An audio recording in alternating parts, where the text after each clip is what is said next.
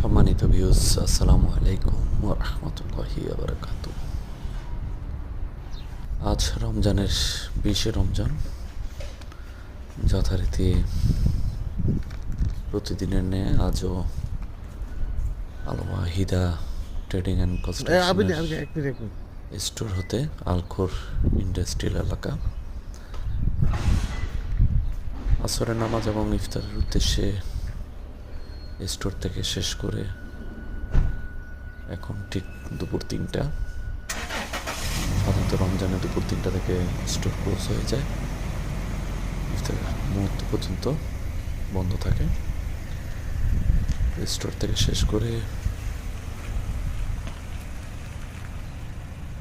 বের হয়ে আমি এখন আসর এবং ইফতারের উদ্দেশ্যে যাত্রা করছি।